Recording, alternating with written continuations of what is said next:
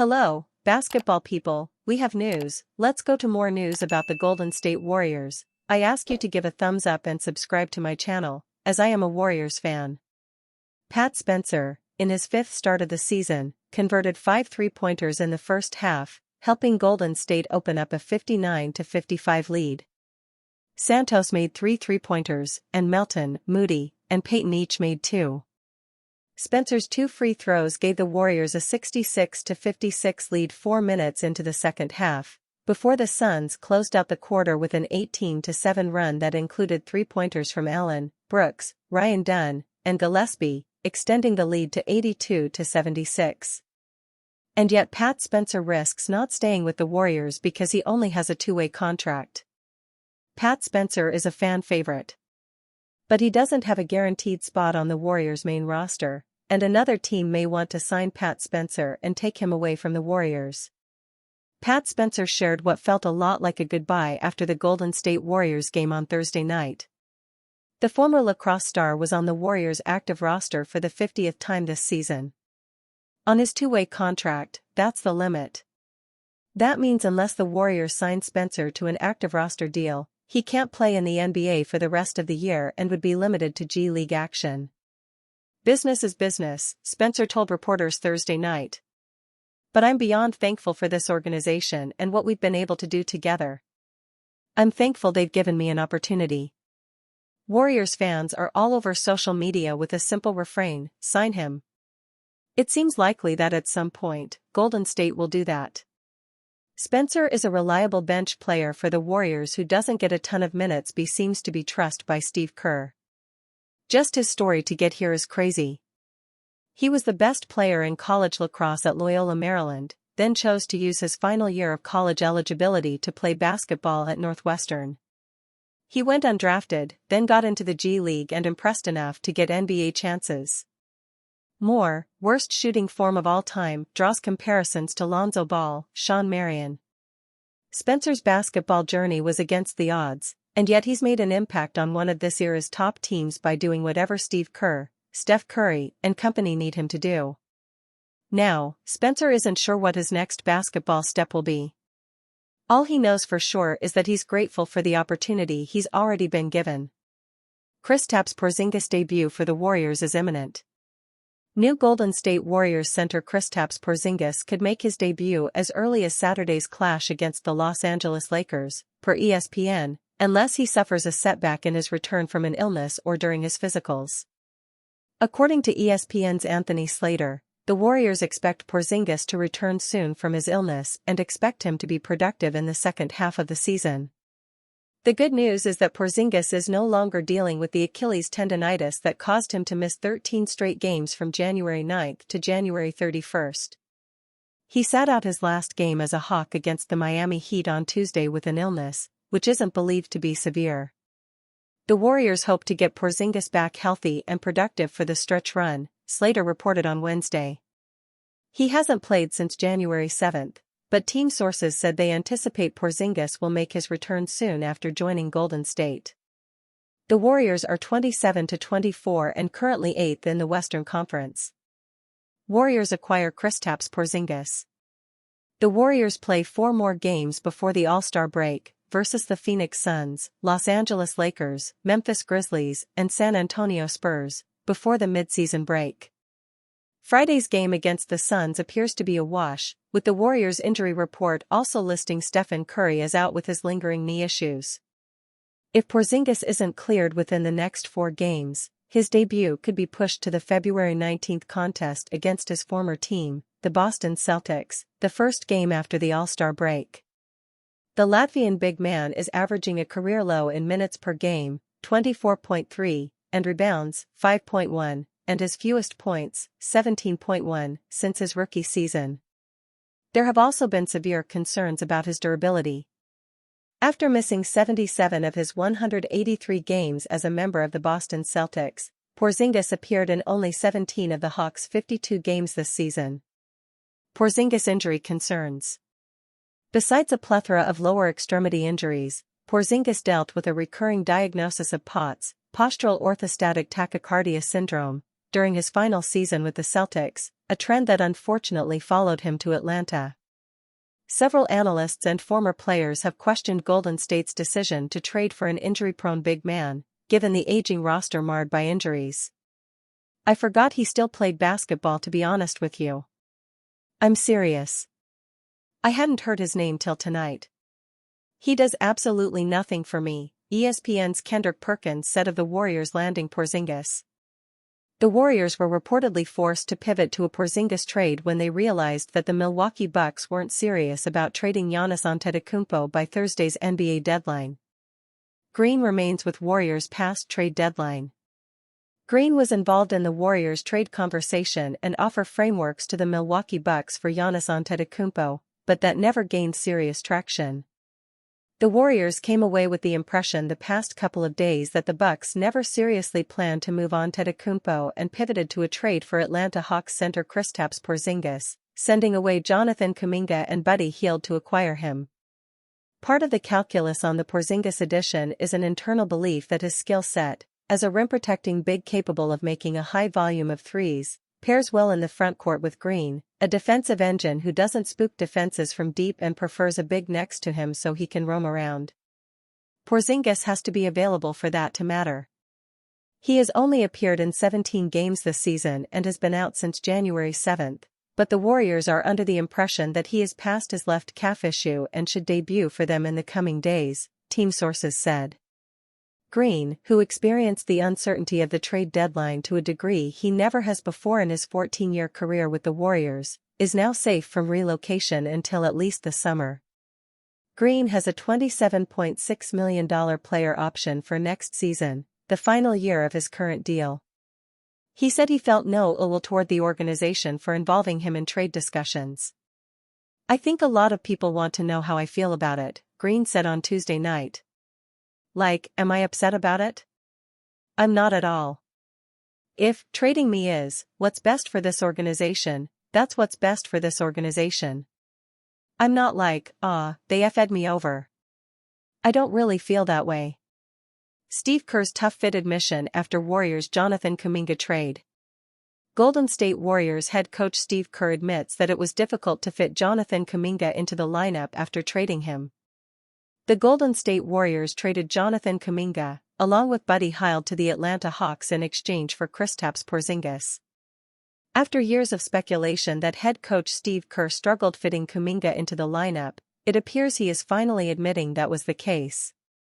Kerr, who is 60 years old, claims that it was difficult for the Warriors to develop Kuminga while simultaneously trying to compete for championships, according to Anthony Slater of ESPN. Essentially, Kerr believes that Jonathan Kuminga just didn't have the opportunities to make mistakes and learn while Golden State needed him to be good right away. "I think it was a tough situation for everybody, given how raw Kuminga was when he got here and given we were still playing for championships," said Steve Kerr. "He needed the runway to make more mistakes. He needed the experience of being in the NBA and understanding what it was about. For him, it was very tough not being allowed to make those mistakes," Kerr continued. "For us as a staff, it was tricky trying to develop him while we were trying to win. I think it's as simple as that. Everybody liked him. I liked him. He's a really good guy. Very personable. Well liked in the locker room. Just a tough fit. Kuminga will have a new chance to shine in Atlanta." The Hawks have essentially overhauled their roster for the future, focusing on building around Jalen Johnson, Zachary Rizicher, and Onyeka Okongwu. The 23-year-old forward should have all of the opportunities he needs to further develop his game with a new team.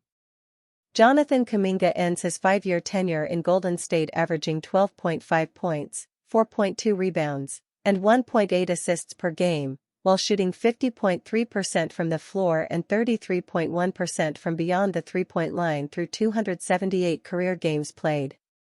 He is currently dealing with a bone bruise and is listed as day-to-day.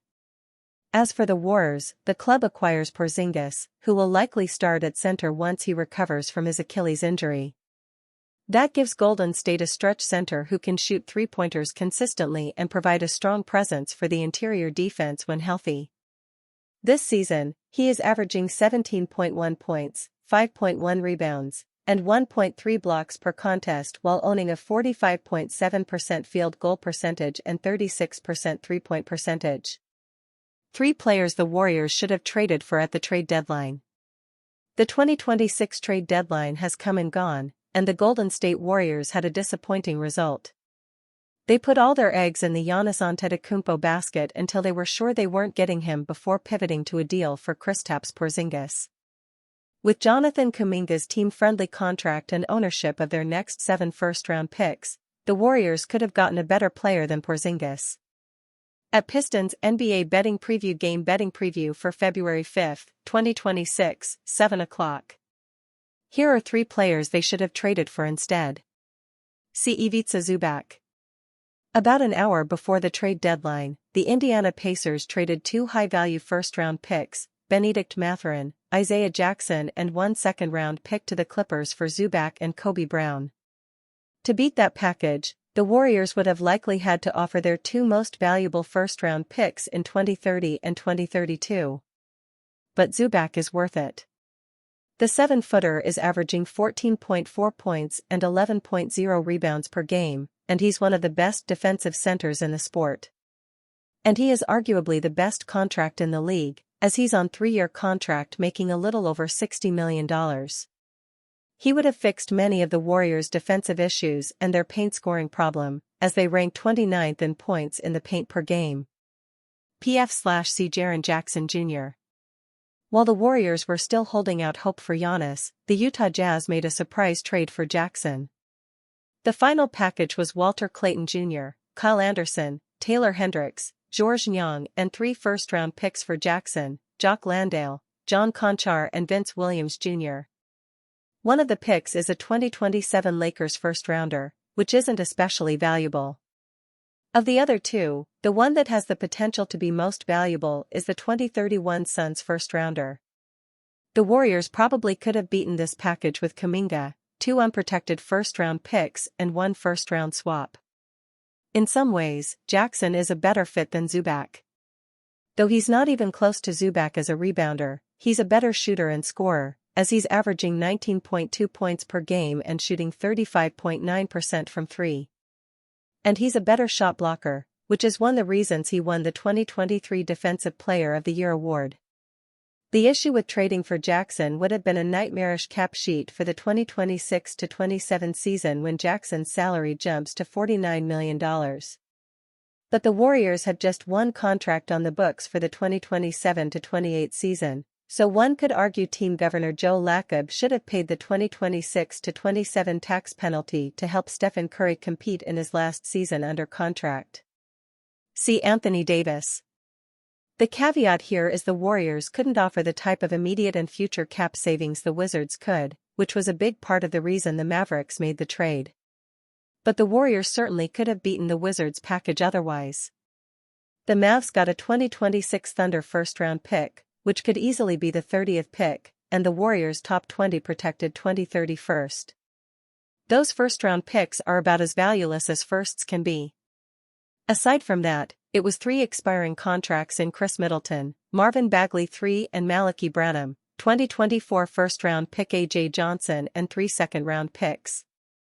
The Warriors could have beaten that package with one of their most valuable first-round picks, Kuminga and salary filler. That salary filler might have had to include Draymond Green, but Davis is such an upgrade that it would have been a justified gamble. Even in a bit of a down year, the 32-year-old is averaging 20.4 points, 11.1 rebounds, and 1.7 blocks per game. Davis's injury history is scary, as he's currently out until at least late February with a hand injury. Of the 3 players here, he's the one I'd least want the Warriors to go for, partially due to his contract, which includes a 2027-28 player option for $62.8 million. But possibly for just 1 first-round pick, he would have been worth it. Steve Kerr explains why Jonathan Kuminga was a tough fit with Warriors. He needed the runway to make more mistakes. Golden State finally traded Kuminga after months of discussions about moving the 23-year-old forward. A months-long saga surrounding Jonathan Kuminga and his future finally came to an end Wednesday when the Golden State Warriors traded him to the Atlanta Hawks as part of a deal that landed the Warriors' big man Kristaps Porzingis. Kuminga, 23, spent 4+ seasons in Golden State after he played for NBA G League Ignite and then was taken number 7 overall in the 2021 NBA Draft. Consistency has been hard for Kuminga to find early in his NBA career. He's had an especially up-and-down 2025-26 campaign that saw him temporarily ousted from the Warriors' rotation and then request a trade. Longtime Warriors head coach Steve Kerr told ESPN that Kuminga was just a tough fit in Golden State, dating back to when he came into the league.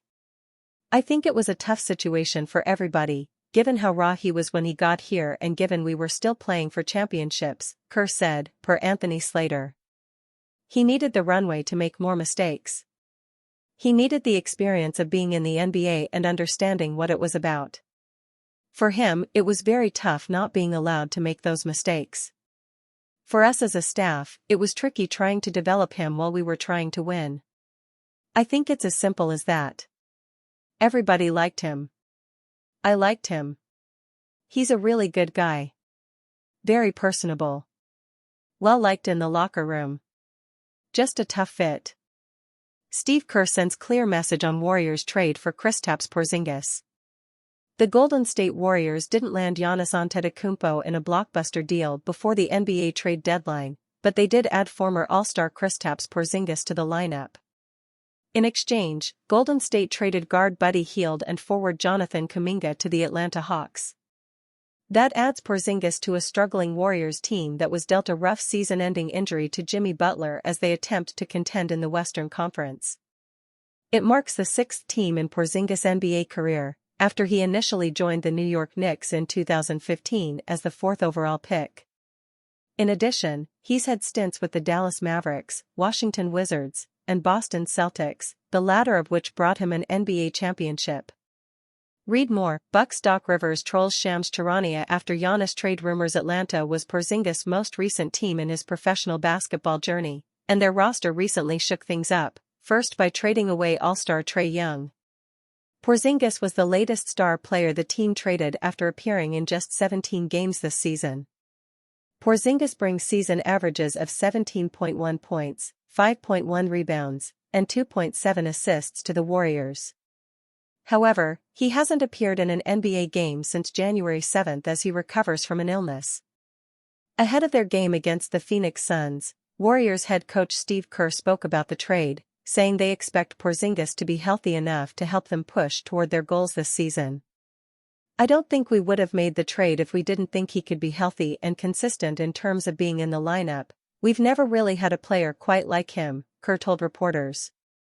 Along with that, Warriors beat reporter Danny Immerman indicated that Porzingis is expected to join his new team tomorrow in Los Angeles, but is unlikely to debut until they return home.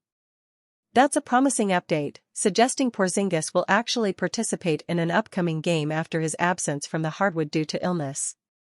The Warriors face Phoenix Thursday night, followed by Saturday's game against LeBron James, Luka Doncic, and the Lakers. They'll return home on Monday, February 9, to host the Memphis Grizzlies, so it should be interesting to see if Porzingis plays or watches his new team from the bench.